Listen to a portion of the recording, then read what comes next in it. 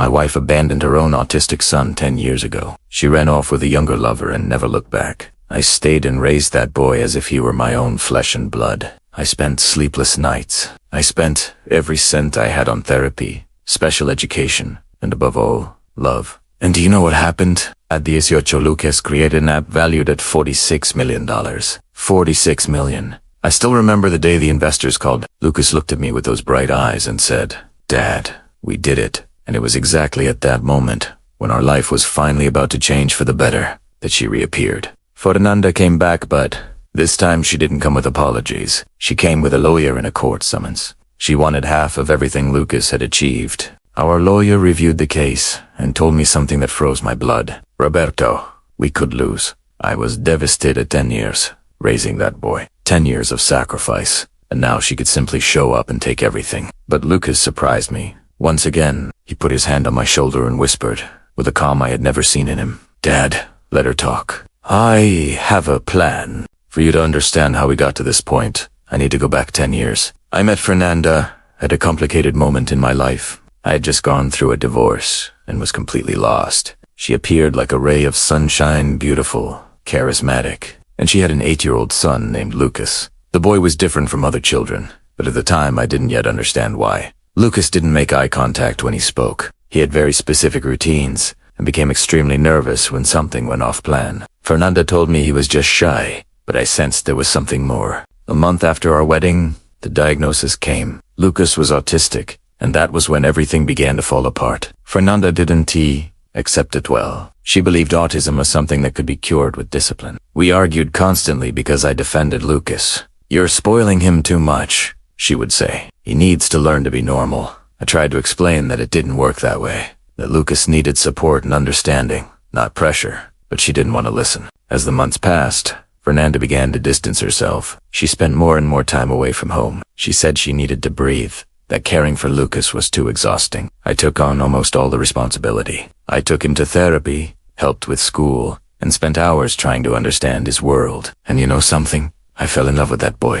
Lucas was incredible in a way few people could see. He had an extraordinary memory and a capacity for concentration that amazed me. When he became interested in something, he dove in headfirst until he completely mastered it. At 9 years old, he already knew more about computers than any adult I knew. It was on an ordinary Thursday that my world collapsed. Fernanda went out to meet a friend and forgot her phone at home. I'm not one to snoop through other people's things, but the phone started receiving messages nonstop. When I looked at the screen, I saw the name Tiago with a heart next to it. My stomach turned. The messages were clear. Fernanda had been having an affair for at least 6 months. Tiago was 28 at the time, 10 years younger than her. They were planning to run away together to Rio de Janeiro. And worst of all, in the messages she called Lucas a burden and said she would finally be free of that responsibility. When Fernanda came back that night, I was sitting in the dark living room. I put the phone on the table and asked only, "When were you going to tell me?" She didn't even try to deny it. In fact, she seemed relieved to have been found out. "Roberto,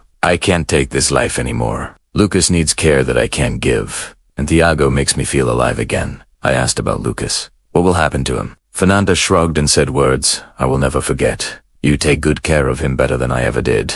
He'll be better off with you." And just like that, without even saying goodbye to her own son, she packed a suitcase and left. Lucas was sleeping. He never had the chance to say goodbye. The next morning, Lucas woke up and asked where his mother was. I didn't know what to say. How do you explain to a child that his own mother chose to abandon him? I sat with him on the bed and told him the truth in the gentlest way I could. "Mommy had to leave, son, but I'm here, and I promise I will always be." Lucas looked at me for a long time. People with autism sometimes have difficulty processing complex emotions, but in that moment I saw a deep understanding in his eyes. He held my hand and said, "You're not going to leave too, right?" I hugged him tightly and replied, "Never, son, never." The first months were the hardest of my life. I worked regular business hours and still had to meet all of Lucas's needs. Therapies were expensive, and health insurance didn't cover everything. I started doing extra jobs at night. I slept 4 hours a day, most of the time. But little by little, we found our rhythm. Lucas began to develop in ways the doctors hadn't expected. The special school we found was essential. There, he met teachers who understood his different way of learning and were able to bring out the best in him. When Lucas was 12, a computer science teacher noticed something extraordinary. Lucas didn't just understand programming. He thought in code. It was as if computer logic made perfect sense to his brain in a way the real world sometimes didn't. I didn't have money for advanced programming courses, but I remembered my car, a sedan I had bought years earlier, and which was my only valuable asset. I sold it below market price because I needed the money quickly. With that money, I paid for a year of intensive courses at a technology school. Lucas thrived in that environment. While other students struggled with basic concepts, he was already creating complex programs. The teachers began to treat him not as a student, but as a colleague. By 15, he had already created 3 small apps that generated modest income. At 17, everything changed. Lucas spent months working on a secret project.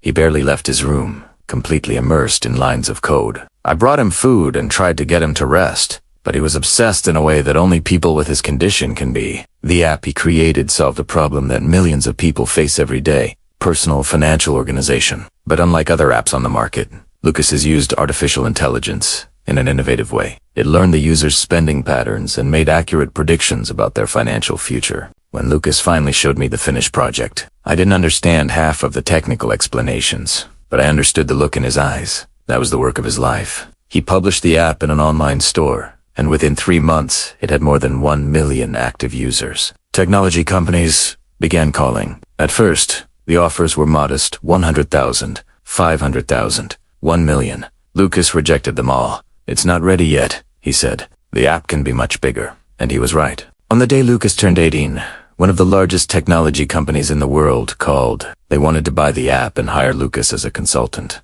The offer, $46 million. I remember my legs trembling when he told me. That boy who had been abandoned by his own mother was now worth more than I had ever dreamed. We celebrated in a simple way, just as Lucas liked it. Pizza from his favorite place and a movie at home. That night, before going to sleep, he hugged me and said, "Thank you for never giving up on me, Dad." I cried like I hadn't in years. Everything had been worth it. 2 weeks after the sale was finalized, I received a call at work. It was a female voice I hadn't heard in 10 years. "Roberto, it's me, Fernanda. We need to talk about Lucas." My blood ran cold. How had she found out? Why now? I didn't want to meet her, but she insisted it was important. We met at a cafe downtown. When I saw her, I barely recognized her. She looked older than she should have, with deep dark circles and an air of desperation. Thiago was nowhere to be seen. Fernanda said the relationship with Thiago had ended years earlier. He left when her money ran out. Since then, she had faced serious financial difficulties. "I saw the news about Lucas online," she said. 46 million, Roberto and his biological mother. I couldn't believe what I was hearing. "You abandoned him, Fernanda, 10 years ago. You didn't even send a birthday card." She leaned across the table and said, with a smile that gave me chills, "Legally, I never gave up custody. I never signed any documents, and minors can't sign contracts of that value without the authorization of their biological parents." My world collapsed for the second time. I ran to our lawyer, Dr. Enrique, a longtime friend who had helped us with smaller issues over the years. He analyzed the situation and confirmed my worst fears. "Roberto, she's right. Technically, you never formalized the adoption, and without that, she still has rights over Lucas." Fernanda's lawyer, Dr. Patricia, was known for aggressive cases involving family disputes and large sums of money. She filed a lawsuit demanding that the app sale contract be annulled because it had been signed by a minor without the biological mother's consent. Alternatively, she demanded half of the total amount as compensation, $23 million. That was what Fernanda wanted: half of everything Lucas had achieved through his hard work. Dr. Enrique was honest with me. "Her chances are real, Roberto. The legal system places great value on biological parents' rights, and she never formally relinquished those rights." I had to tell Lucas. He listened in silence, processing every word. When I finished, he didn't explode as I expected. Instead, he went to the computer and started typing. "What are you doing, son?" I asked. "Preparing our defense," he replied without taking his eyes off the screen. Lucas spent days working on something he wouldn't show me. I trusted him, but I was worried. The hearing was scheduled for a month later. Dr. Enrique prepared the best defense possible, but even he admitted he didn't have much hope. On the eve of the hearing, Lucas finally called me into his room. On the computer screen was a folder with dozens of audio files. "Dad, do you remember that? When I was a child, I recorded everything on the tablet you gave me." I remembered. It was a way for him to process the world, to listen to things again. I never deleted anything, Lucas continued. And here is everything Fernanda said about me when she thought no one was listening. He pressed play on one of the files. Fernanda's voice filled the room. This boy is a burden. If I could, I would go back in time and never have had him. There was much more audio of her saying she wished Lucas would disappear. Each recording was like a knife in my heart. Lucas had heard all of this and carried it inside himself for all those years. On the morning of the hearing, I entered the courthouse with a heavy heart, but with a small flame of hope. Fernanda was there, elegantly dressed, with an expression of confidence that deeply irritated me. Dr. Patricia looked equally confident, with a folder full of legal documents. The judge, a serious woman with gray hair, opened the session. Dr. Patricia made her argument first, portraying Fernanda as a regretful mother who had been pushed away from her son by a controlling stepfather. It was a complete lie, but she told it skillfully. Dr. Enrique presented our defense. 10 years of abandonment, lack of any contact or financial support, and the fact that all of Lucas's success came from our joint effort, without any participation from Fernanda. But the judge seemed hesitant. Parental rights were complicated territory. Then Lucas asked to speak. He stood up slowly, with his characteristic posture of someone focused on something important. Your Honor, may I present evidence? The judge allowed it. Lucas connected his laptop to the courtroom's audio system. The first recording filled the room. Fernanda's voice was unmistakable. This autistic boy ruined my life. I should have given him up for adoption when he was still a baby.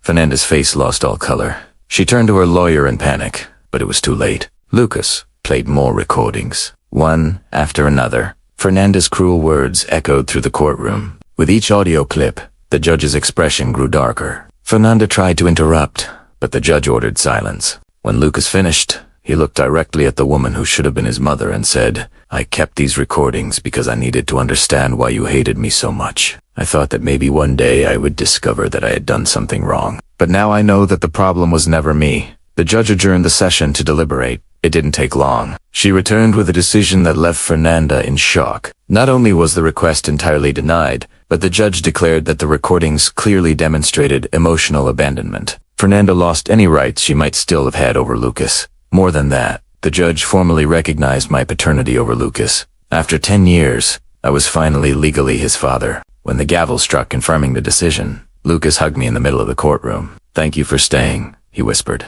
Thank you for being my real father. Fernanda left the courthouse defeated. She still tried to approach me in the parking lot, asking for a second chance. I simply replied, you had 10 years to be Lucas's mother. Every day was a chance he threw away. She had no more arguments. A week after the hearing, Lucas asked me to have a serious conversation. Dad, I want to do something with the money, something that makes a difference. He showed me a project, a foundation to support children with autism who had been abandoned or rejected by their families. Lucas donated $10 million to create the foundation. It offers free therapy, educational support, and above all, a place where these children feel accepted. The foundation's motto, different does not mean less. Those were the words I repeated to Lucas every night when he was little. Today, 3 years later, the foundation has already helped more than 2,000 children. Lucas works as a technology consultant for several companies and continues to develop innovative projects. He never spoke to Fernanda again, and she never tried to make contact. Sometimes, when I see Lucas giving lectures on technology and inclusion, I remember the boy who once asked me if I was going to leave too, and I remember the promise I made. Never, son, never. Some promises are easy to make, but the ones that truly matter are the ones you keep, even when everything seems impossible. If you are going through a difficult situation, whether caring for someone special or facing people who don't believe in you, I want you to know one thing. True love does not give up. It persists. It transforms. And in the end, it always wins. Because the ones who stay are the ones who truly matter.